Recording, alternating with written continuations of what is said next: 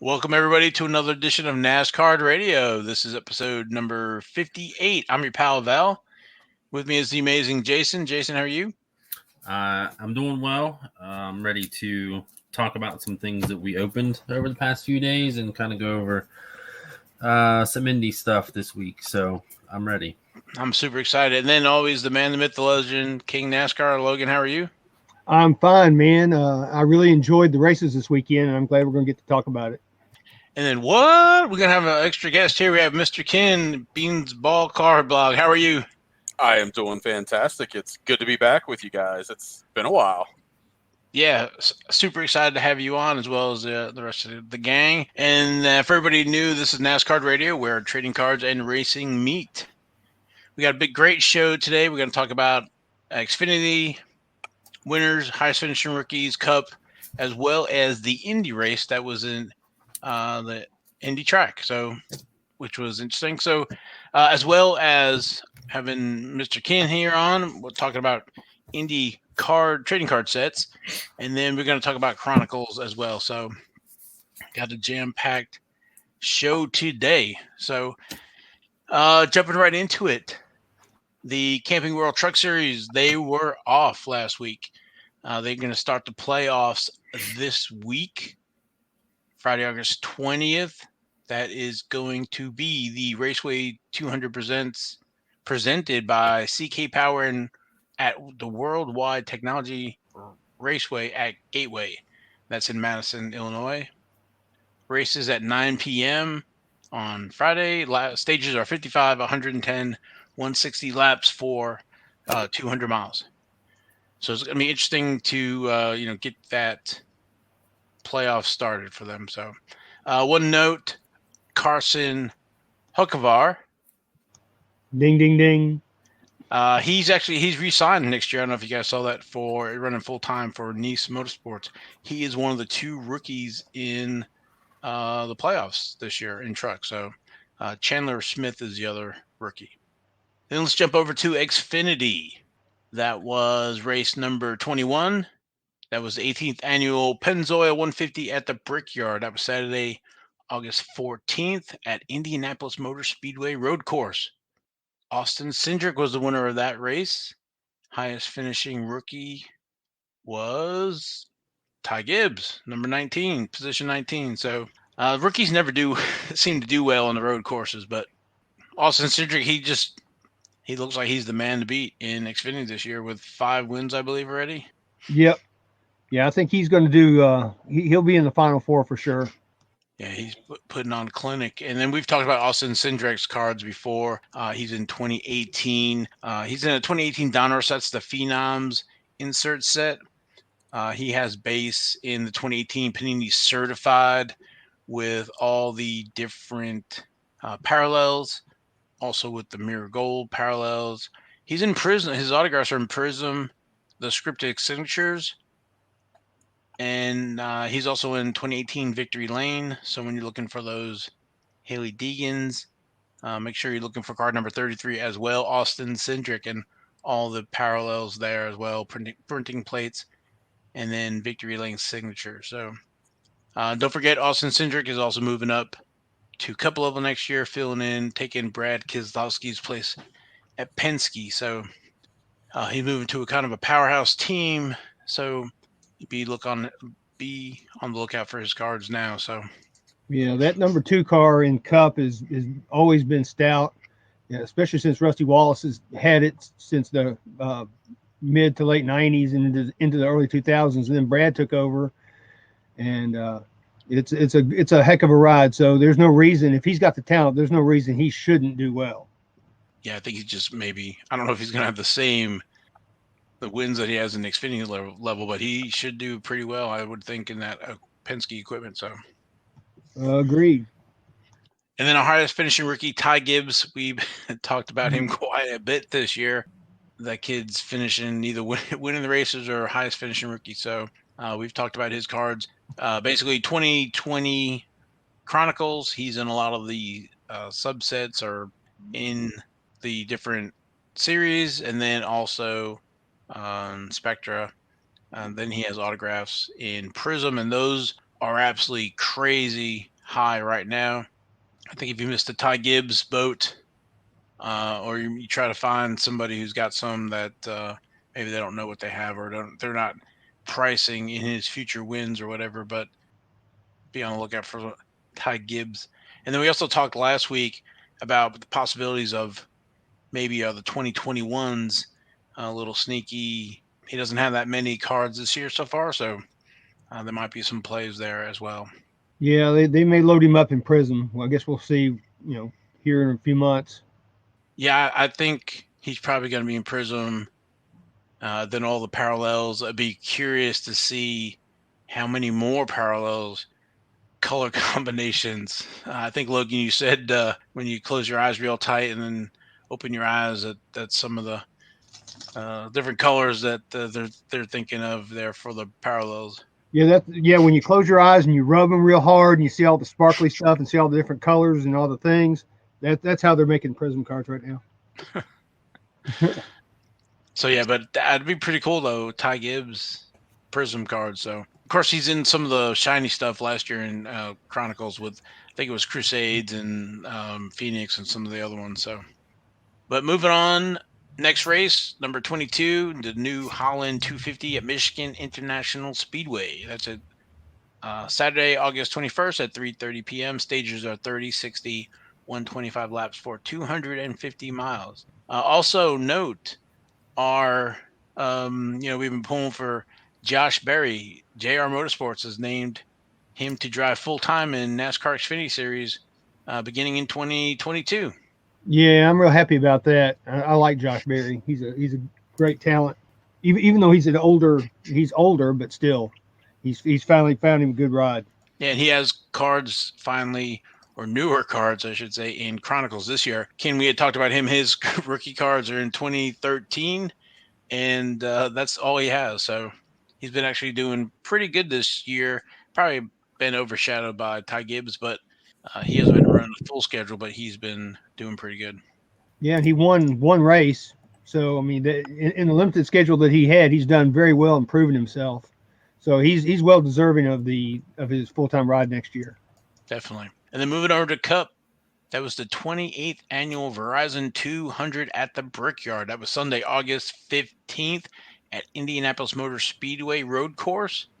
That was an interesting race. I think that was a race of attrition there. And the last one standing or from the front of the pack was AJ Allmendinger. Yeah. The dinger. Yeah, I thought that was, Denny Hamlin. So people who didn't watch the race, they had issues with I call them turtles because that's what they were calling them in Charlotte at the Roval.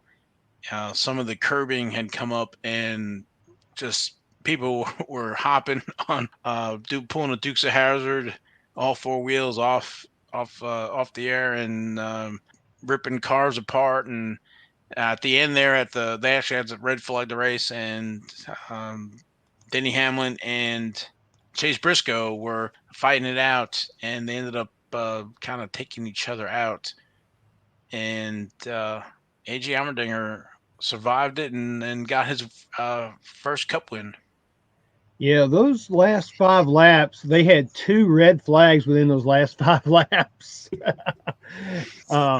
That curbing in turn 6, it kept coming up. They kept trying to fix it. It kept coming up, and it finally just gave way.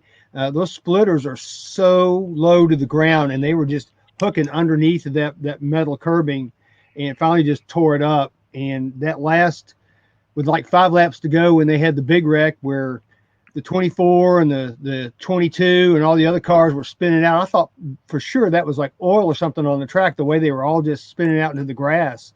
But it turned out to be that curbing. So they red flagged it and pulled that curbing up. And it was a good thing they did it, because that curbing was just totally messed up. But they still had that big turtle there, that big speed bump that was launching people into the air with all 4 wheels. But it was crazy. And then when they had the last restart, Denny Hamlin leaned on Chase Briscoe. He went through the grass, cut it short, and kind of gave the position back. And for whatever reason, he thought that he wasn't going to get penalized. But anytime you cut the track short like that in NASCAR, you're going to get penalized. And when he spun out Denny Hamlin, I'll be honest with you, I was really PO'd about it. And I thought for sure after the race we were going to see a big fight, but that never materialized. No, they had some words for a few minutes, but I think when they pulled that curbing out and they restarted, those drivers were not familiar with going through that turn without that curbing there.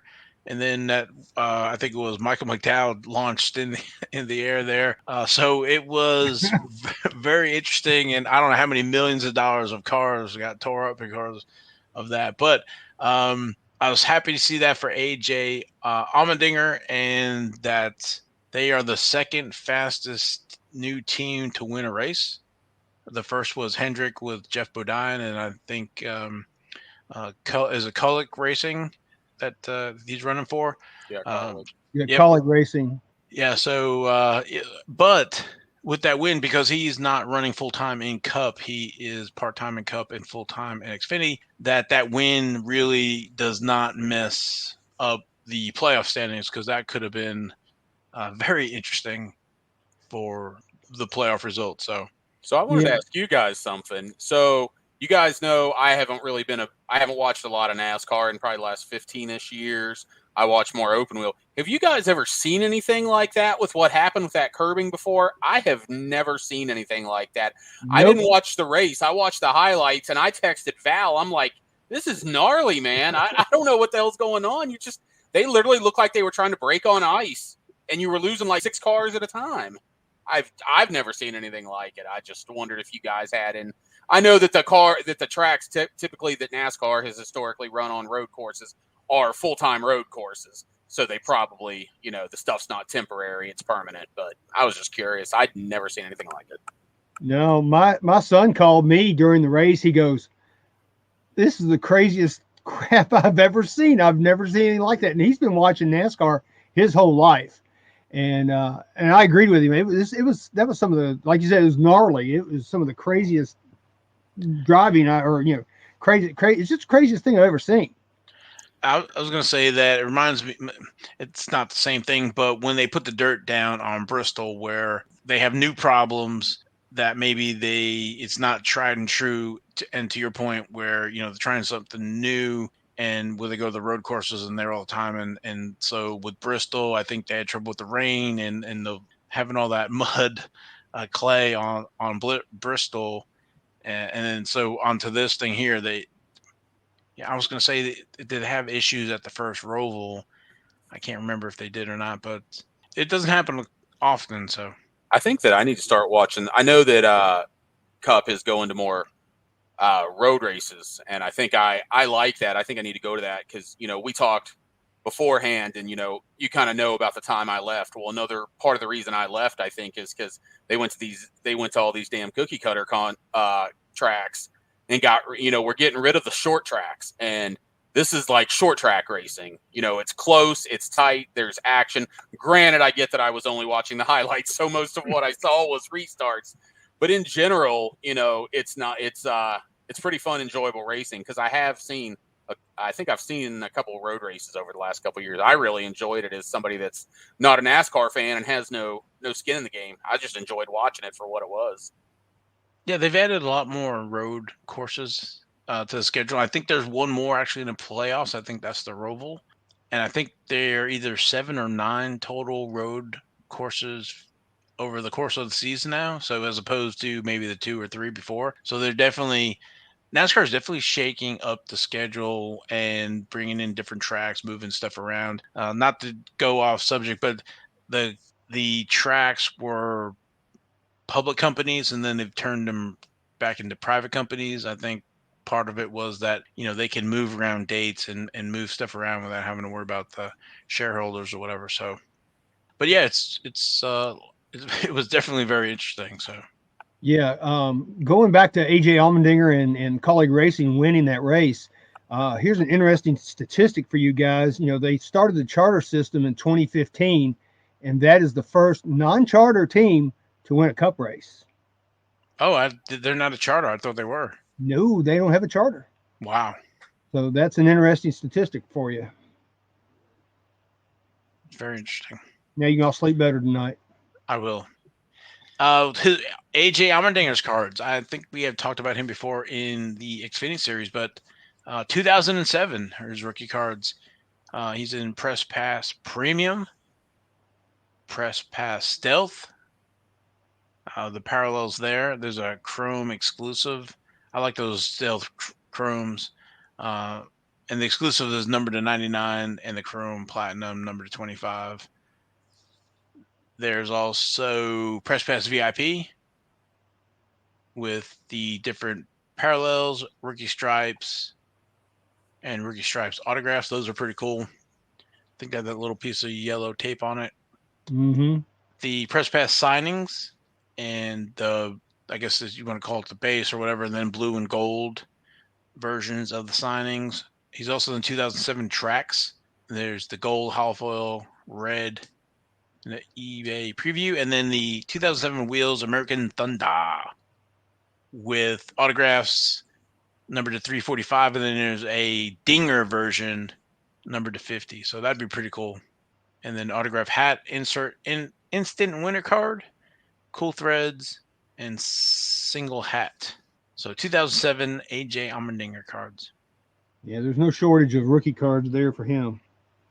Yeah, back when Press Pass had Stealth VIP and Premium going, and Wheels American Thunder. American Thunder. Highest finishing rookie was Chase Briscoe at position 26, and there's only two drivers going for Rookie of the Year candidates in Cup Series: Anthony Alfredo and Chase Briscoe. We talked about Chase Briscoe, I think it was last week, 2018, certified for him. So that was race number 24, playoff start race 27. Next race, number 25, the Firekeepers Casino 400 at Michigan International Speedway. That is Sunday, August 22nd, 3 p.m. Eastern. Stages are 60, 120, 200 laps for 400 miles. And then with that win, like I said, it doesn't really shake up the playoff standings. One note that we've been talking about is Tyler Reddick and Austin Dillon, both from Richard Childress Racing, and they kind of swap spots where Tyler Reddick now is in plus 28 and Austin Dillon is minus 28. So one of those guys is going to possibly lose out unless we have another winner, not one of the current higher ups. So yeah, and I think Denny Hamlin also locked his position in. So really now it's just positions 15 and 16 now that we're concerned about, because we can only have two more winners. And since Denny Hamlin's the highest non-winner, he's locked in now. Correct. And then moving over to Indy, the Ntt Indycar series. That was race number 12 of 12. I don't know if that's the whole season or not, but that was Saturday, August 14th. So I guess that was a doubleheader on Saturday. That is definitely not the season finale. No. So, but that's, I guess, for this NTT IndyCar series. So our winner was Willpower. Willpower, yes. Everybody has willpower. Some more than others. Yes. I missed that one, but he led 56 laps. So yeah, I watched the highlights. I actually had I went down to visit some wife's family that was in from out of state, so I didn't actually get a chance to watch it. But yeah, I did go through the highlights. It left a bit to be desired. It didn't seem like it was very exciting, but it did seem like power dominated it. And then another of the Formula One cast-offs that continues to be making its way over to IndyCar, Romain Grosjean finished second. That was definitely his best finish of this season. Like I said, the former F1 driver, and then a couple of Americans after that, Colton Herta and Alexander Rossi. Yeah, and then you've got Patricio O'Ward, who he's from Mexico, but he has an Irish name. and it's O'Ward, so I kind of like that. And spent a lot of his time growing up in Texas, by the way. Yeah, so there you go, man. He's from all over the place. He's very eclectic. Yes. And very good. And then Willpower, his rookie cards. So the trading card database has him down as 2006, the Portland Grand Prix. I'm not sure which card that is, but 2008 Indianapolis 500. I believe that might be the sheet that you redeem. Well, when you buy the program at the race, you can redeem for an uncut sheet of cards. Then listed as 2012 Press Pass Legends. Those are all autographs. And then 2013 Press Pass Legends. He has a base card number 32, autographs as well. And then parallels of that card number 32, blue, gold, number to 149, hollow foil to serial number to 10, melding foil, which is a serial number to 1, pieces of history memorabilia, press pass plates, black, cayenne, magenta, yellow, and there's also a red version of that number 2, number 99. Yeah, those couple of seasons, press pass put. It was the Ganassi and the Penske drivers, I noticed, seems to be what it was, into the set. Both of those teams also having connections with NASCAR, but they did put the IndyCar drivers in there. Dario Franchitti was in there, who obviously had previously had NASCAR cards from his one season there. But Scott Dixon was in there somewhere, and a couple other guys. Having a brain fart at the moment, but I thought it was really cool they did that. I really wish Panini would somehow find a way to get some of these guys, over in there, since we haven't had an IndyCar trading set since 2007. Yeah, it'd be nice to bring some of these other drivers in. I don't know. I guess maybe fight off some of the F1 that Topps has been pushing out for Panini, maybe to do a set like that, or bring them in as a subset or something else, maybe to Dunruss or something like that. So it'd be cool. And I mean, we seem to be seeing a little bit more crossover in the two series lately. I noticed on the Busch, the Xfinity series, James Davidson ran in this race, and then I believe Sage Karam ran in this race, who have both run IndyCar and Indy 500 in the past. For so long, it seemed like there was none of that. Now there seems to be just a little bit of going back and forth, and there seems to be a little cooperation, between the two. I mean, when was the last time these two ran at the same place in the same weekend? That was really cool. Yeah, I thought it was fantastic. I happened to miss out on actually seeing the races, but as an IndyCar guy, I think it's good. I think it's good for both parties.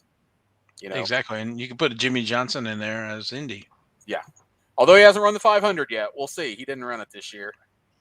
I think he might be working on some more. That's what I've heard. That's what I've heard. But I was also going to say that Will Power, almost said Will Clark.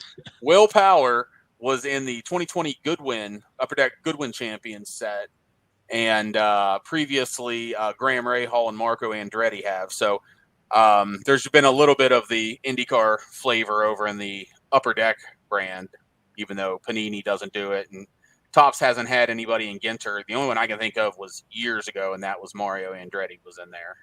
But obviously he was long retired by that point. Yeah, I saw the Alan and Ginter checklist release, and I was looking at it to see if there were any racing drivers in there. So listeners can't see it, but Logan's holding up his redemption, looks like, for a Will Power autograph. Yeah, I don't know if you remember that, Val, when we went to the press pass office that year and got those boxes of total memorabilia from them. Yeah, 2013. Yeah, I didn't know I still had one left, but I had a couple redemptions out of Legends and got them redeemed there. And I think I got the number 1 out of however many it was, out of 50 or whatever it was from them.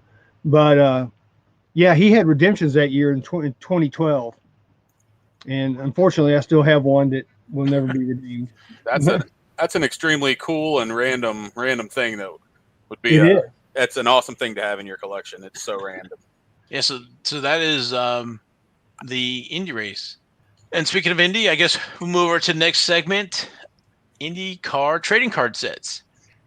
There are a few different sets. There's some older sets. The ones that I'm familiar with, Ken, that I've actually run into were the Avalon Hill, only because in my earlier years trying to learn everything I could about NASCAR trading card sets. And one of the drivers that I kind of liked, gone way before, too early, is Tim Richmond.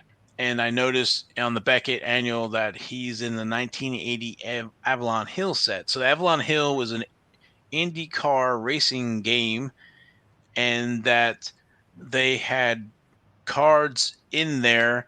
However, they finished the Indy 500 race. Tim Richmond, for example, was, I think it was position 9. He was the rookie of the year for the Indy race. And so he had a card in that set. They are perforated and folded in sheets in there, as well as little cars and some other stuff. So I know they made sets. I think it was 1979 was the first year, and they made sets up to 86.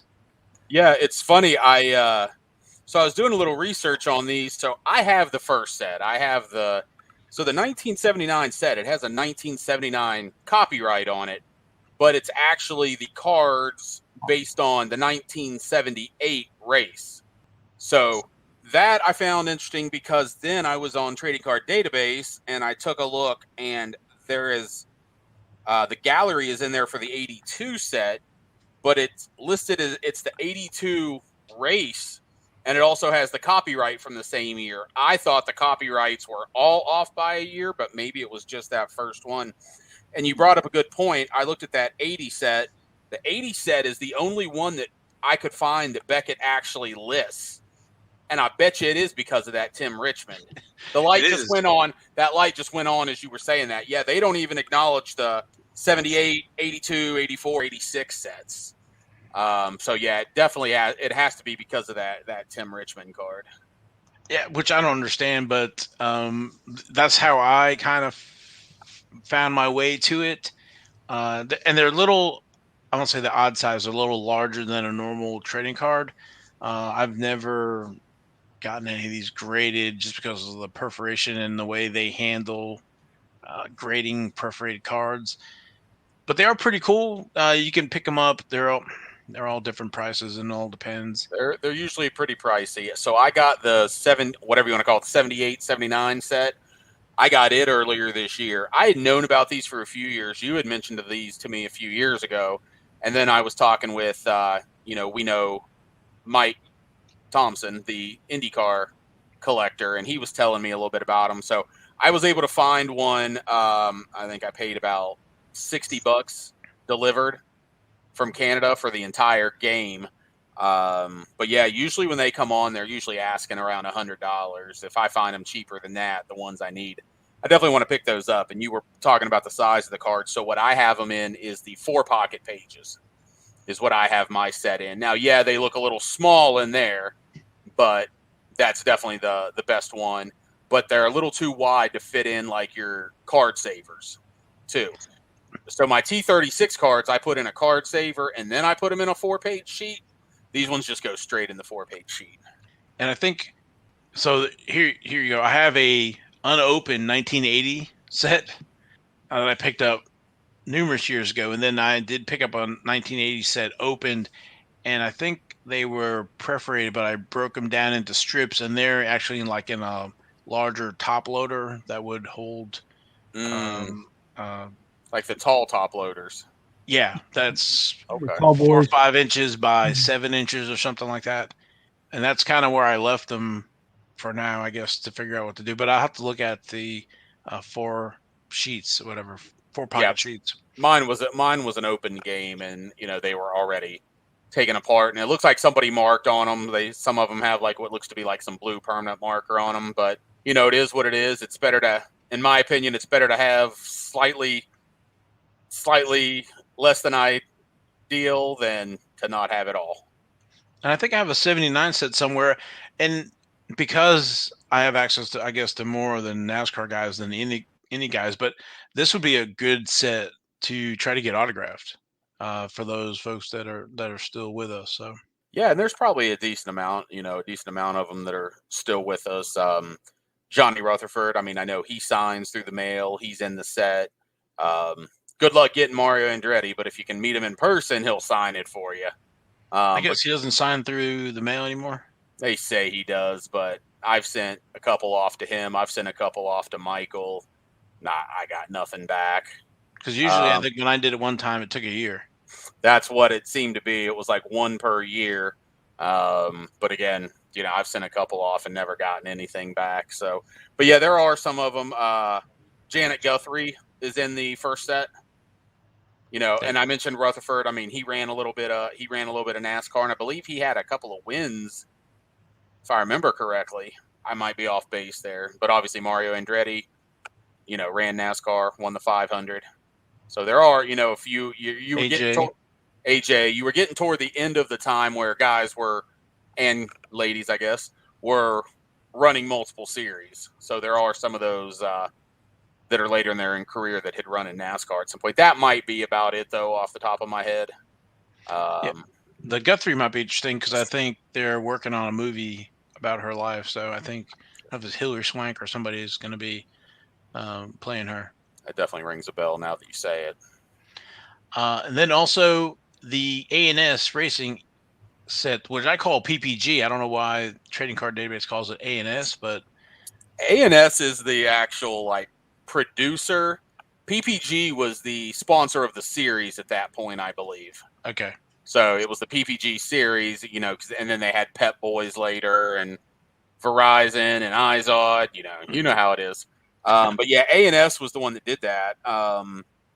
So though they weren't in pack form, I would say those are probably the first mainstream IndyCar related cards, because we talked about the Avalon Hill. Well, those were in a game. That was a board game that was associated with that. You had things like T36 has some guys that drove in the 500, but it has no real correlation to the 500. It actually came out the year of the first 500 and mentions the Vanderbilt Cup, which was kind of the predecessor to the 500. And then you have the 54 Stark and Wetzel. You have the 70s Marhofer sets, but those were regional issues, food issues. So those don't even really count. But I think these A&S PPG sets are definitely the first, even though they didn't come in pack form. They were only done in box set form. Definitely the first mainstream. And do you have all those, Val? I have actually, I guess it was a year or two ago, I picked up some 83s. I think it was an 84s. I was looking for the Chip Ganassis, and they were like $2 a piece at the time. And I think the guy actually gave me extra stuff because I bought, it was like, I don't know if it was 10 or 15 of them for the 83s and 84s, and sent a message, hey, if you want any more, let me know, whatever it was. So right before the pandemic or right after the pandemic, I opened them all up looking for centered Chip Ganassis. Actually, quick story is when I went to the media day for NASCAR, and they have all the drivers come around and they visit all the different media outlets. And this is done at the Charlotte Convention Center. It's public, and you can just kind of stand in the middle and they basically run past, so that's where I kind of get some of my autographs. But long story short is Kyle Larson, when I saw him, I gave him one of Chip Ganassi's rookie cards to have or whatever. So when I saw Ryan Blaney, I gave him a card of his dad as well from the World of Outlaws. Thought which he really enjoyed. So and then Kyle really was interested in the Chip Ganassi. He turned it over. I was reading the back about his IndyCar days, whatever. So but yeah, I was getting some of those PPGs, and then recently I acquired some PPGs, as you know. Some 83, or maybe I know it was 85, 86, 87. I think you got, I think you're missing the 84 from that. I wasn't sure if you had that, but you were talking about autographs with the Avalon Hills. These are also very good ones for autographs. A nice white border, a lot of light colors, and then because we're talking 80s stuff, is any of the guys here know 80s stuff, non-gloss in general. Maybe some of the baseball cards had a little bit of gloss, but they're really good. They're really good for autographs, and a lot of those guys will. I will say guys there because I don't know that there were any ladies in there at that time. But we'll definitely sign through the mail too if that's your thing. Yeah, I think a black or blue Sharpies would look fantastic on those white borders and those light pictures. So Yeah, I have. I know from some of those sets, I got Bill Alsop, who's no longer with us, and then Gordon Johncock, who was a multiple-time Indy 500 champion. He will sign through the mail as well. Johnny Rutherford, multiple-time 500 champion, will sign through the mail. So, yeah, you're talking about Rutherford. He did win a NASCAR race, but it's kind of funny what he did win. He won a Daytona qualifying race back when those actually counted as towards your win total. It's not like like it is now where it's like a non-points race, but back then it was considered a points race and it goes into your official total. So it was 1963 Daytona qualifying race that he won. Yeah, I didn't remember that backstory. I thought I'd seen he had won a race, so there's still, for the people that are listening for the NASCAR stuff and don't really give a damn about what I'm saying, I try to tie it back to you guys just a little bit. Well, I appreciate it. They're I don't say they're kind of reasonable in price. Like I said, it's a box set. Chip Ganassi, of course, Mario Andretti, you can't go wrong. Michael Andretti is in there. Johnny Rutherford, Al Unser. There's a good selection of drivers. So Al Unser signs through the mail too, through their museum in Albuquerque. Bobby did too. Obviously, he's no longer with us. But Al, again, multi-time. I think, did he win 4? I think Al won 4. Yeah. So, tied for the most Indy 500 wins, and he will sign through the mail. That's awesome. So I'm not sure what those PPG sets are going for nowadays, but it's one of those things. Once you got as many of them as we do, you're not real worried about what they're going for anymore. No, correct. The centering is tough on them if you're trying to grade a set. So Val, you remember 2011, right? Yes, 2011. Going to the Indy 500. Yes. And how we just somehow magically found our way onto pit road and literally in the middle of all the drivers and their wives, and we're getting autographs from just about everybody. We were in the right place. We drove into the infield. I think there was going to be we were looking for the memorabilia show, and actually, just side note, last weekend they had the Indy memorabilia show at the track. So that is, if you're an Indy guy, and you're there, definitely hit that up. Those are awesome. And actually, so back in 2011, I had read somewhere that the Indy memorabilia show was the second longest show behind the National. So me and Logan decided we were going to go to Indy for that because Andy Granatelli always showed up to that show. But that was an anniversary, and they ended up having 2 shows. The one that they always had, and then he started this new one at the track. And I think me and Logan were scouting it out, and so we were in the infield. We were walking around.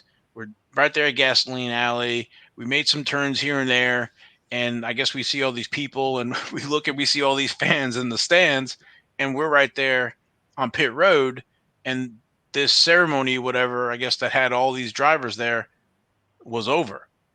And basically me and Logan are standing there, and then everybody starts coming to us. Al Unser, everybody, Danica Patrick, Mario, and Andy Granatelli. So, I had some 86 Sports Star photographics with me. So I ended up getting a few autographs there. I did give up and seeing Andy Granatelli and talking to him. I did have his book. I think I had his book, Mr. 500, and wanted to talk to him about the STPs, but didn't get to. Thought I would talk to him the next day at the show, which he never showed up. He actually ended up going to the newer show, and I think that other show that Logan that we used to go to is now done, and then they go to the other shows. But yeah, that was really weird. We were just walking around, took a couple turns right there, and then all of a sudden we're in the middle of everything. Yeah, it was that. I still to this day have no idea how we did that. because we saw that there was another entrance and they were like telling people they couldn't come in, and we just literally walked in. It was weird. I guess they were NASCAR guys.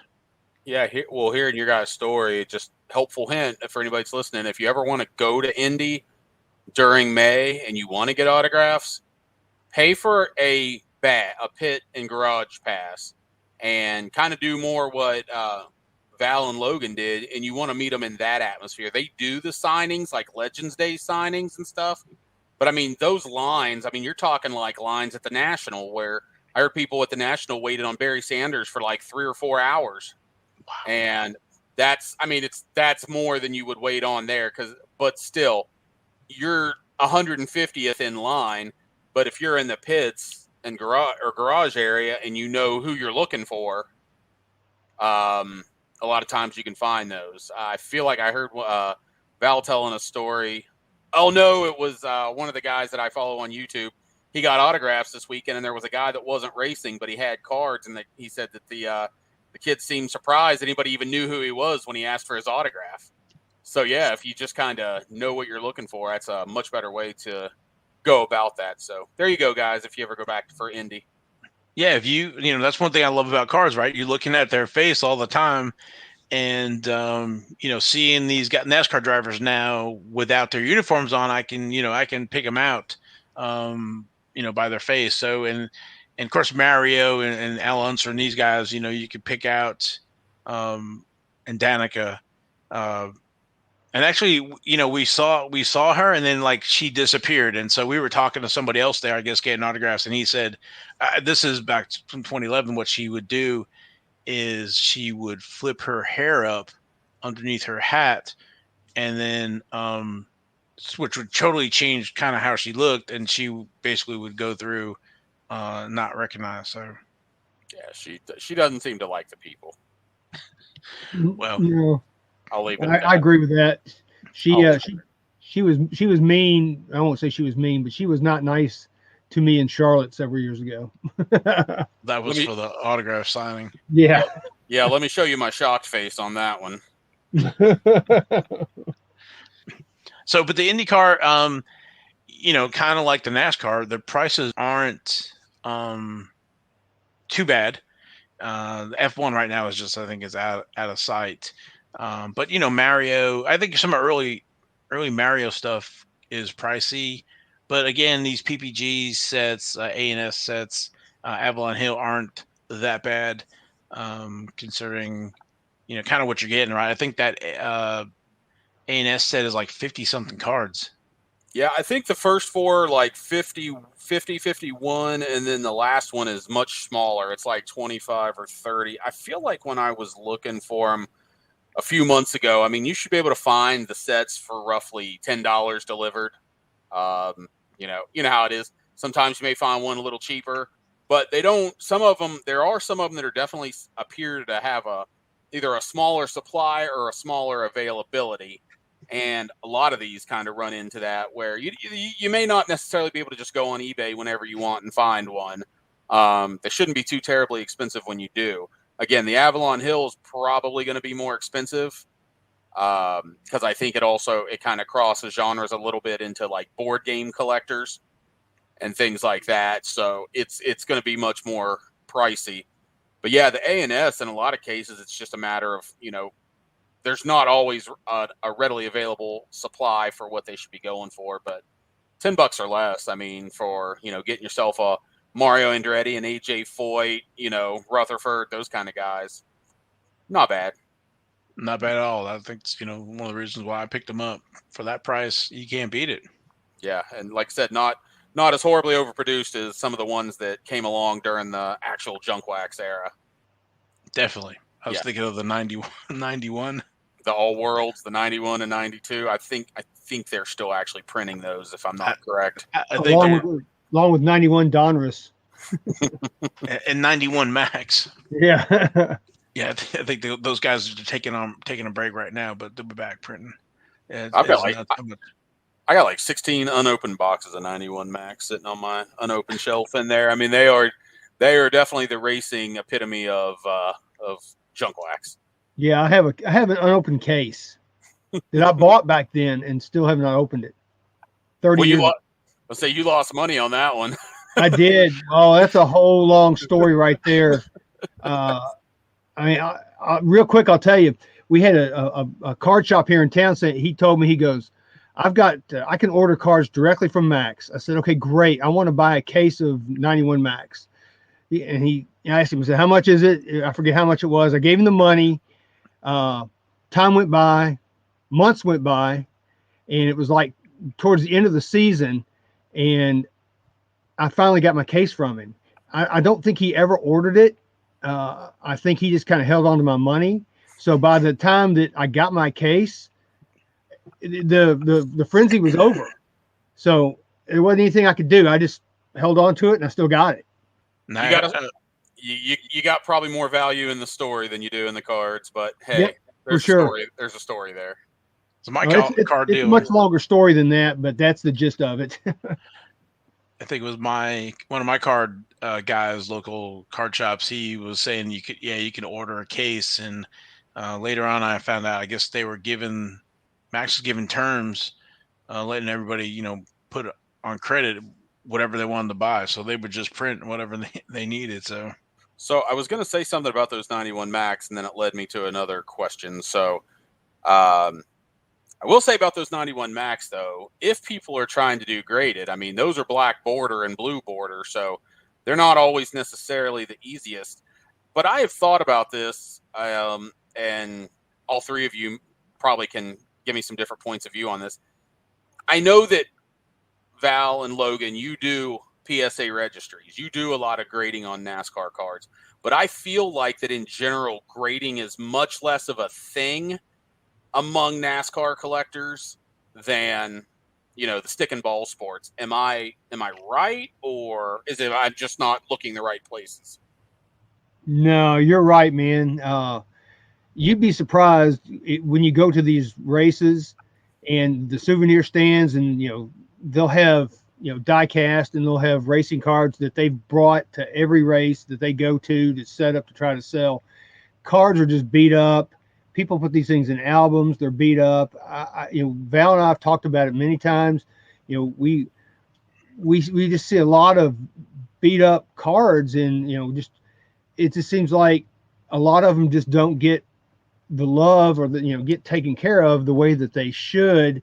And a lot of people, I guess, just don't know about grading or don't care about grading, but you just don't see it much. I mean, Val and I are probably the two biggest, racing, PSA guys on the registry. And maybe that guy I asked you both about that's got some of the old vintage sets on there, whoever that mystery man may be. Oh, yeah. I don't know who that guy is.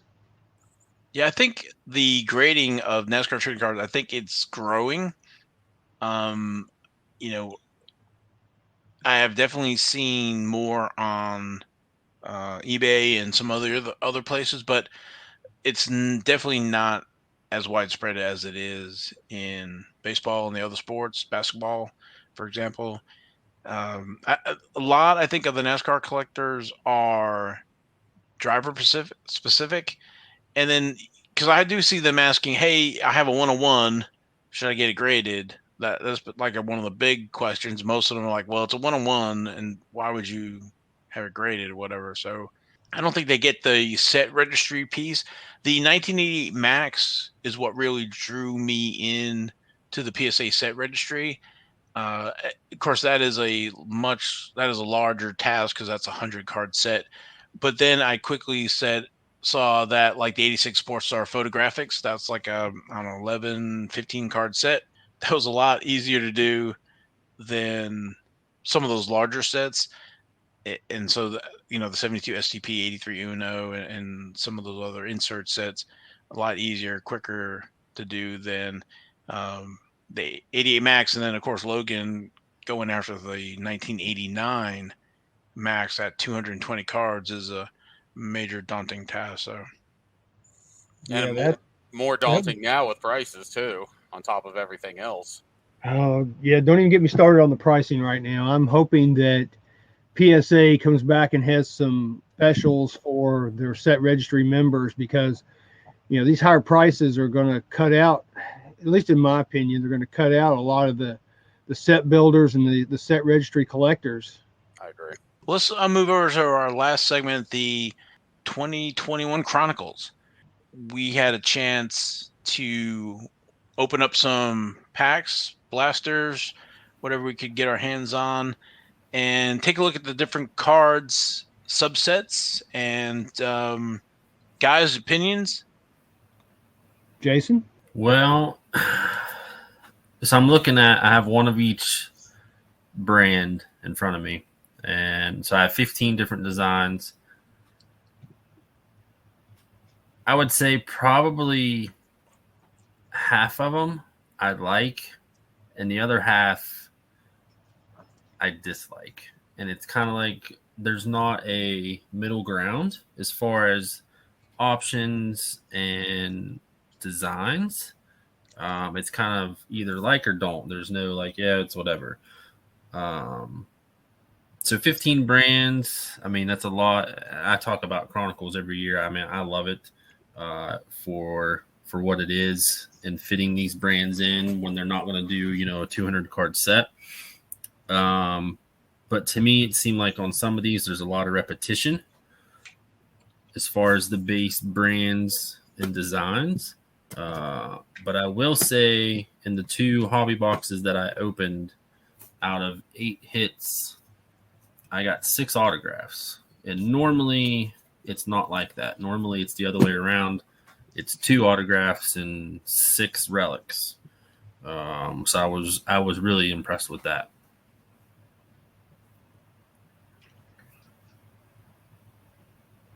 Well, as far as I'm concerned with Chronicles, there's actually I was surprised when I went back and actually looked at the checklist. There's 3 other brands that are either memorabilia, auto, or patch only. The Cornerstone cards are memorabilia autos. The Prime are the really nice patches, and then you have the Status, which is also memorabilia / swatches. They kind of look like the Chronicle memorabilia cards, except they're kind of reversed where they put the memorabilia. So, I didn't really realize that until I was actually doing a little digging and saw this and realized that those are memorabilia auto only brands in there. So it's the Cornerstones, Prime, and Status. And those Prime are tough. I opened up, golly, 6 or 7 hobby boxes, and I got one. It's a 1 of 1. It's a Martin Truex, but they're tough to find. I think Val got one as well, didn't you, Val? I did. I got a Daniel Hemrick, the certified or California Clean Power, I guess it is. Pretty nice Prime, and it's a 1 of 1. Yeah. So what I did a little bit deeper dive into the Chronicles. I put together some criteria that I wanted to judge these things by. The criteria I used is, first of all, which cards have the most masked drivers and which ones have the least amount of masked drivers in them. The front design, the size of the number on the back is another criteria, because when I'm sorting those things, I want to be able to see it. And there's some of them that are really good, and there's some that are not so good. Also, the logos for each of the brands, the card stock that was used, and also looked at the checklist, the strength of the checklist, how many Cup drivers, ARCA, Truck, Xfinity guys are in there. And I rated all those things and averaged it out. And it came back, and I would have to agree with this, that the Titan brand is probably the best looking cards and has the best design and the fewest amount of masked drivers overall. So I like that set. And as far as my rating goes, Spectra came in second with Gold Standard in third. Now on the other side of the scale, dead last was Score. And Jason, I bet you probably have the same feelings about the Score cards in that. It's weird because as you were talking, I'm looking at the designs again, and I completely agree with you. And we talked about it before we started. Titan is my number 1. To Phoenix is actually my number 2. I think Phoenix, when you have the color parallels, those colors pop so well off that card. Kind of like the Crusade from last year. So Crusade for me is probably 3rd. Score, like you said, is near the bottom, at least for me. It's plain, and I get it. It's Score, but to a degree, there's so much empty space, kind of where, in other sports, there would be a team name or a league name or something. It almost looks like it's that unlicensed, but in the aspect of not logos, but more of like empty space, where it's like they don't have any other options as to how they want to fill it up. So I kind of thought that was a little weird. But yeah, Score is definitely at the bottom of the list for me. Yeah, the other ones that I really didn't care a lot for it was Absolute. I mean, I thought it was okay, but that was second to the bottom. And then third to the bottom for me was Select, because Select, it's the same design. It just doesn't do anything for me. So those are my top bottom 3, if you want to call it that. That was interesting. I was curious, or not curious, but so out of all the number of subsets, there's only 5 of them that are normal card stock, I would say. Everything else seems to be thicker, requiring either thicker top loaders or something. So that's the Pinnacle, Chronicles, Absolute, Score, and Limited. Those were the thin normal card stock. The Titan I like, but a lot of color in there. But the driver photo is black and white. Right. But it's got some of that shiny and that purple background, or it's not necessarily purple, but different shades of purple, stuff like that. It is a pretty card. I like the Spectra, but I think the Spectra is a very thick card. The Zenith I liked it, but it's got the old circle behind them with a little bit of foil behind it, and they kind of jump off of the card there. And one that I also liked was the XR. It's got big numbers on the back for old eyes, and but then some of them, like the Contenders, a lot of silver, like you were saying with Score. There's a lot of border there.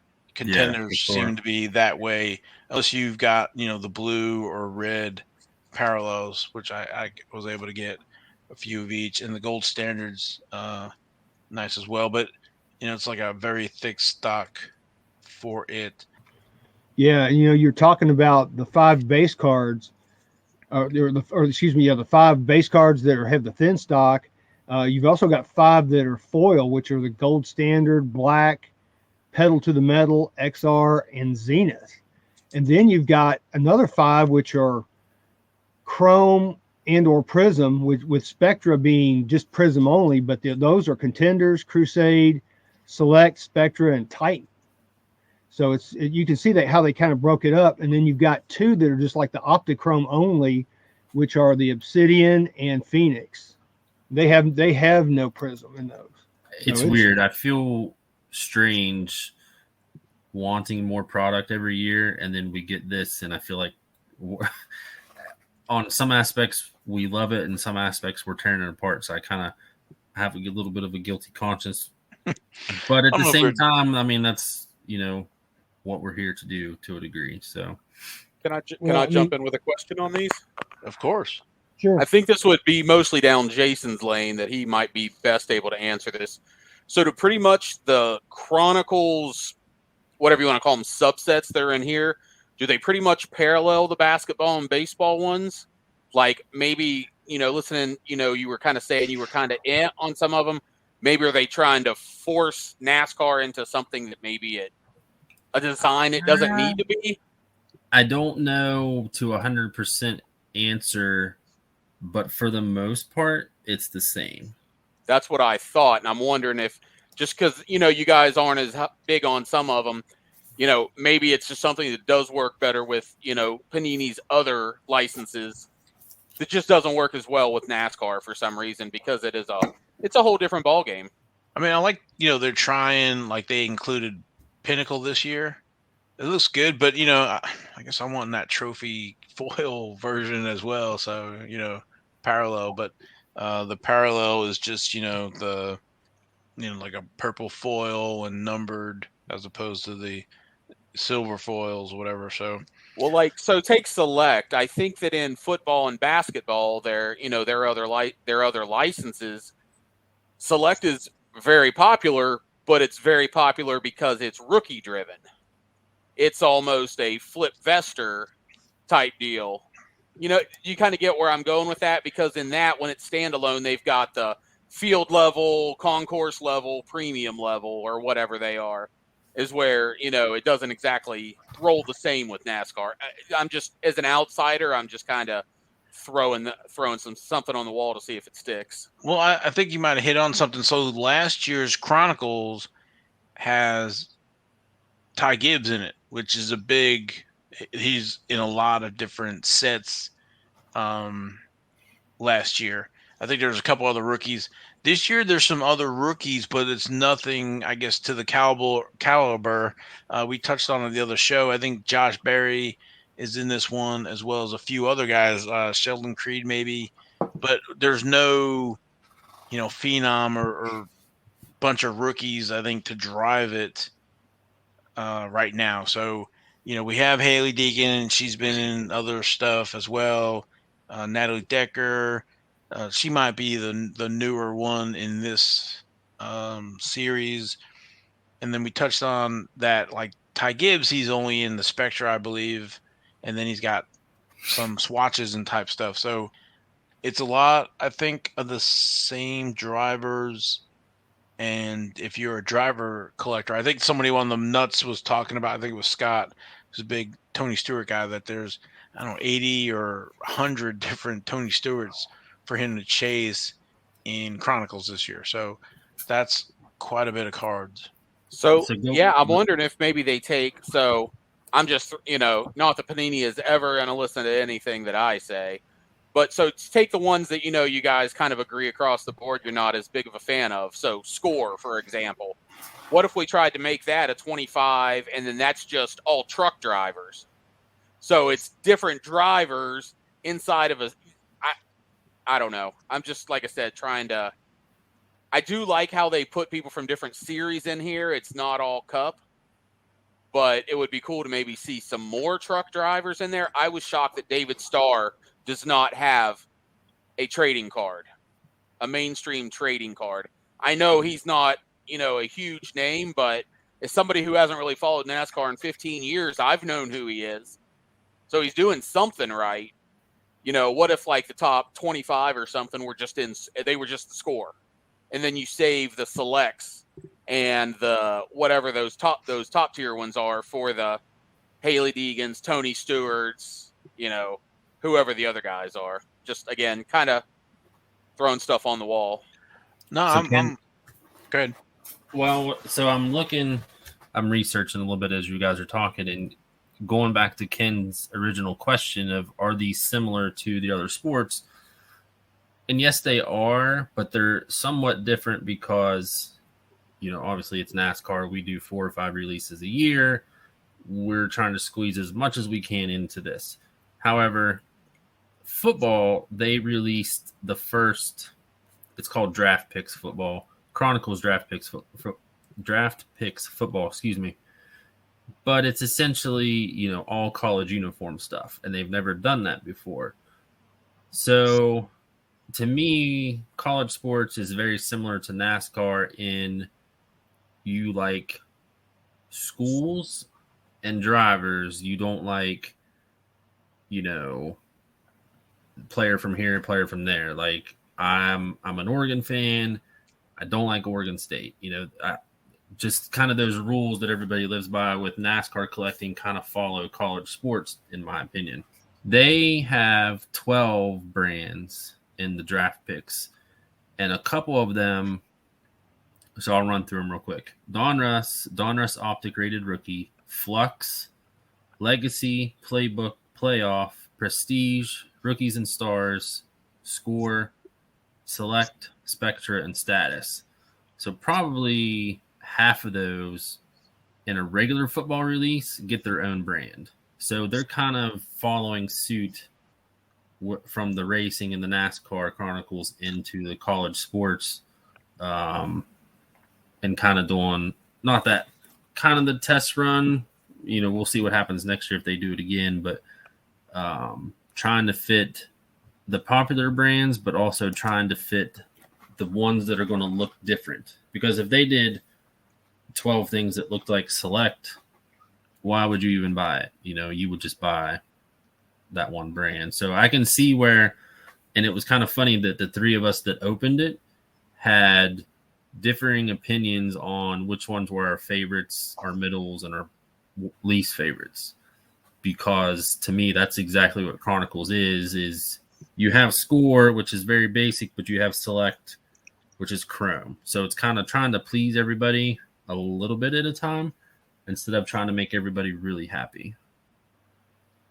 Well, as a whole, I like Chronicles. I think it's great. I love all the different sets. Like I said, it's just some I like better than others. And going back to what Ken was saying about, having specific series in specific subsets, I would love to see that, because there's no all cup. When I was looking at the checklist earlier today, there's no all cup set in here. It would be cool if Titan was just all cup, or like I said, Score was all truck, and maybe do Limited or Chronicles as all ARCA or something. I mean, I think that'd be cool. I mean, I don't know that they're going to listen. Like I said, they're going to listen to what we say, but right. As a collector, I think that'd be cool. So I'm a binder collector. I like to put my stuff in binders. So obviously everybody knows there's nine slots per page. For me, I would love to see 9 brands, and each driver is in all 9 brands. And then if you guys remember the way that I think it was Flair, it used to be their card numbers were row and then seat number. Almost like if I wanted to do all the Don Russ cards, or not Don Russ, that's a bad example, but all the Select, I could put those 25 together. Or if I wanted to do it by drivers, it would be like the same order for every driver, to where it was like, this is my Danica Patrick page, and then the next page is number 2, and it's Jeff Gordon, or whatever. Kind of that. There's number 1 or number 24 on the back, depending on how you want to sort it out. But we're dreaming now. So, well, I like that idea. That I think all like insert sets or whatever should be divisible by 9. So, I totally agree. None of these 10 card insert sets. But I do like what Ken had mentioned about maybe some series specific sets, because like in truck, Jennifer drove Cobb, but she does not have a card, or Norm Benning. Some of these guys, not all of the truck, and then like Logan had mentioned, the ARCA, because ARCA is now under, I think, NASCAR as well.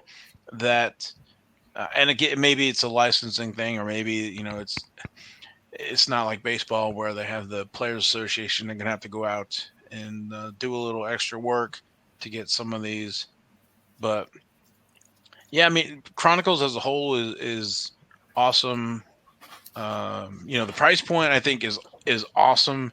We didn't really talk about what the price point is when this had shot up to about, I guess it was $250, I think it was, but it has come back down. At the National, we saw it for like $100 to $115. I think I haven't checked the big 3, but some of the other places you can get it for, I think, like $125, which, considering in this time right now, is pretty good. Well, and if you're talking that, like I said, I've seen a few opened, and I've seen some.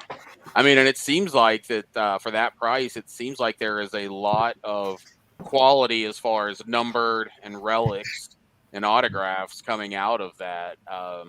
So yeah, for that price point, yeah. And going back to the thing I was just saying was, like I was saying, Score. So say if you ask a focus group of 100 people to rank the 15 subsets or whatever, and you know that score is the bottom one, well, maybe try the ARCA or the trucks, because then those people that are following those people, they're not going to care as much that, oh, it's just score.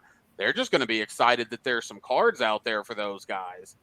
Even those guys in Cup that are probably in the 30 and lower that don't make some sets, those fans are just probably happy to have cards, and all of those drivers have fans. Maybe not as many as Keselowski or the Busch or any of those guys, but they've still got fans, and they're just happy to see cards of their drivers. I would imagine. I was that way when I was collecting Jeremy Mayfields in the 90s.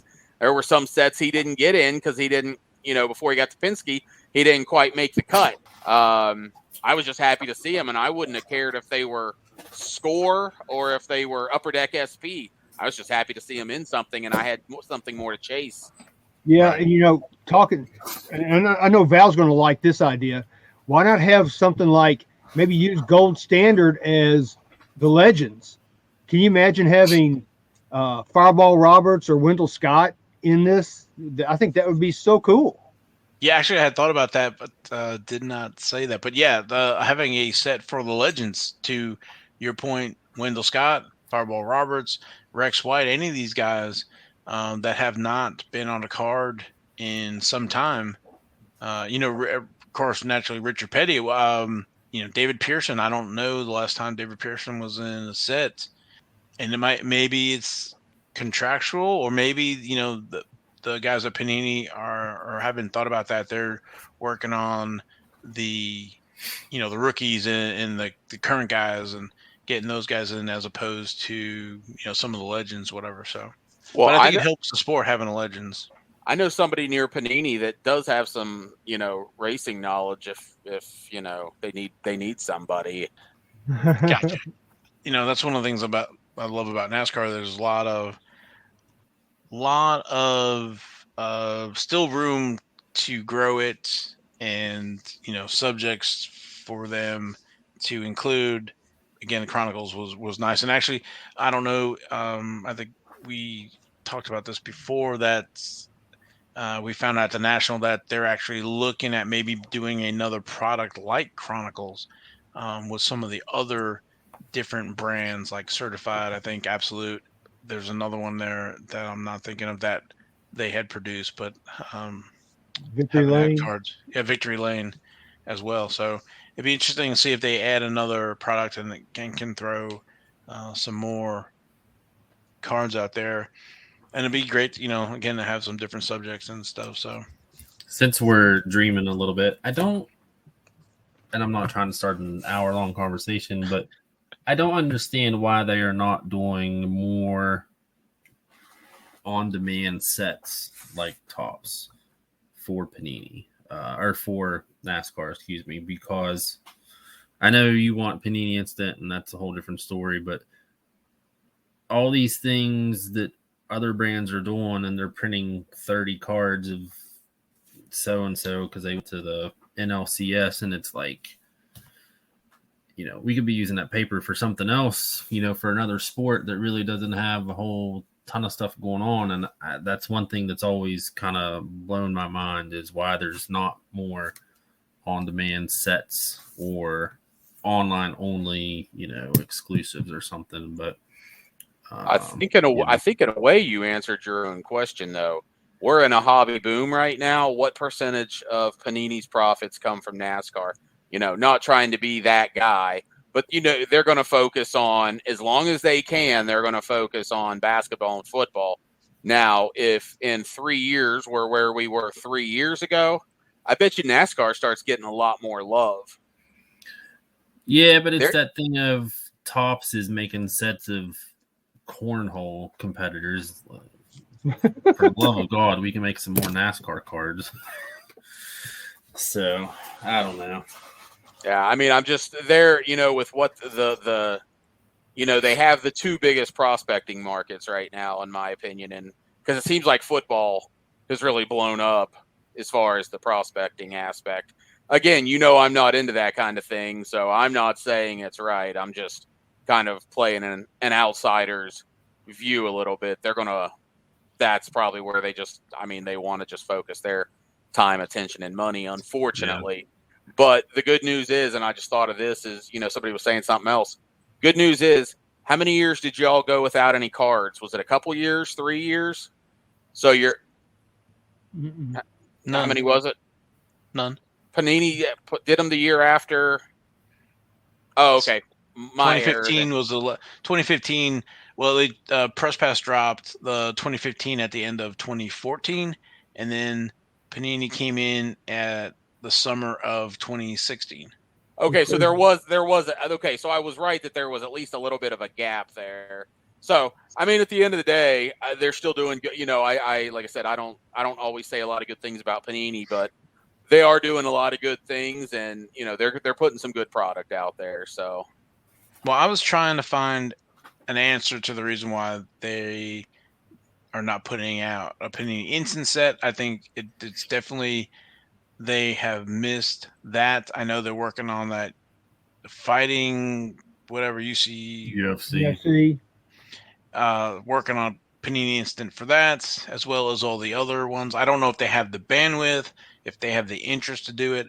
I know they're definitely missing out with some of the first-time winners this year. So we will see. Stay tuned on that. But I think they should definitely do at least a playoff set and start with Panini Instant for the playoffs. It would be awesome to have a Chase Elliott championship from last year as a Panini Instant. So I know it's a lot of work for them because in the past they have to get approval for the driver, the team, the sponsorship. And I think in 2017, there was 1 week there where Kyle Larson, they didn't get that approved in time and there was no card. And then of course, Joey Logano had one of his wins, I don't want to say taken away or contested or whatever it was.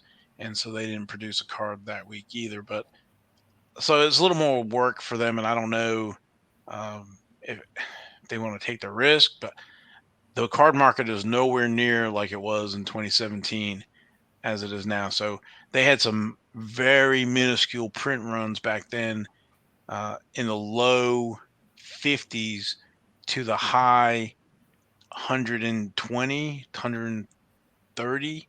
So that is the window of the cards that they were producing Panini Instant. So they are super tough to find, super rare compared to some of this other stuff. But so I don't know. I wish they would take another shot at it. I think they would be surprised. Something that I was thinking about as you talked, I think everybody here knows who Suze is, that used to work at Topps and now works, I believe, for Golden Auctions. I did see a tweet from her, I want to say from last night, kind of responding to someone else, but it does sound like that the facilities that do produce trading cards right now, I mean, they're overloaded right now. Like that may be the reason that some of the other stuff is getting pushed back. So, may not be the complete answer, but it could be at least another possible answer. Now, one thing I want to say, and I believe it was Tracy who had mentioned that they actually like the Panini Instant because they actually print that in-house and they don't go to the printers. So I got nothing then. I'm just saying. So no, that makes sense. Yeah, now I'm really at a loss. I mean, basically you're printing money at that point is what you're doing.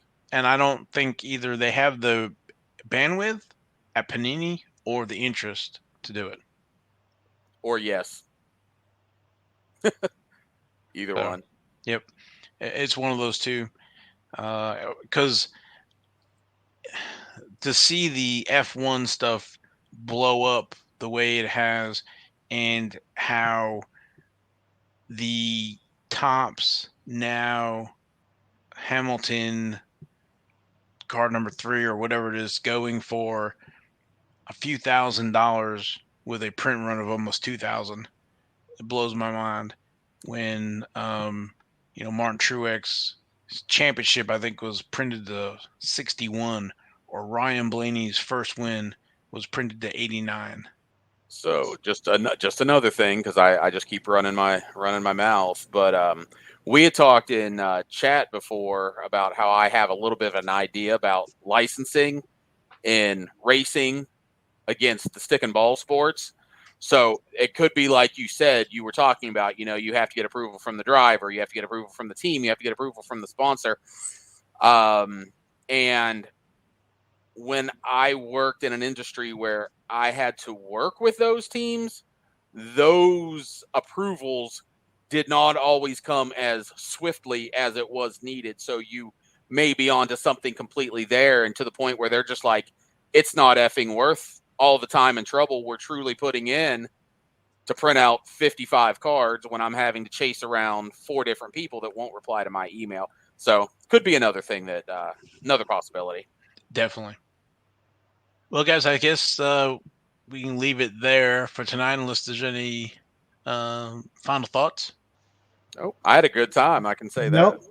Well, Ken, I appreciate you joining us today. Where can people find you? All right. So I did actually write this down, hoping you'd give me the chance. So I do want to say that on Mondays, I do a 1-hour live stream with my friend Herman on his YouTube channel. It's 3B Collections, 3B Collection, no S. So hopefully y'all will take a look at his channel, subscribe, even if you can't catch us live, watch the replay. We do really try to interact with the people in chat. So would love to have more people. Of course, the more we get, the less we can interact, but it is what it is. On places like YouTube, Trading Card Database, Net54, Instagram, I'm just Beans Ballcard Blog, one word. And then over on the Twitter, I'm Beans B Card Blog. Yeah, check out the show with him and Herman. It's pretty good. Just guys, just kind of like we did, just chatting and talking about cards. It's really what it is. It's not anything highly produced. We're not even trying to be informational. We're just talking about cards. And then we need to have you back and talking about the trading card database, because I think you trade on there as well, right? I'm actually definitely getting back into it. I started posting some stuff last week for trade. I've got a lot more to go, and I don't even really have much in the way of want lists. But yeah, it's I love it. And for the people that like, I do see a lot of people talk about it's hard to find places that's mostly collectors instead of the flip vesters, but that's the one place I found that's most heavily collectors. They're just people that love cards, love trading cards, and all of that. Cool. We'll have to have you back and talk about that. Sounds good. And then from Jason, Logan? No, you can just find me at King NASCAR just about anywhere. Just look me up. All right. Well, Jason? Nope, nothing for me. I'm happy that we got to talk about Chronicles, because we say it all the time. That's one of my favorites, and I always like to be part of those conversations. So, yeah, I think it was very good. Hopefully all the listeners got some value out of today's show. Appreciate everybody listening. Please like, share the podcast, share NASCAR trading cards with your friends. And from me and the guys, we will catch you next week. Thanks for listening.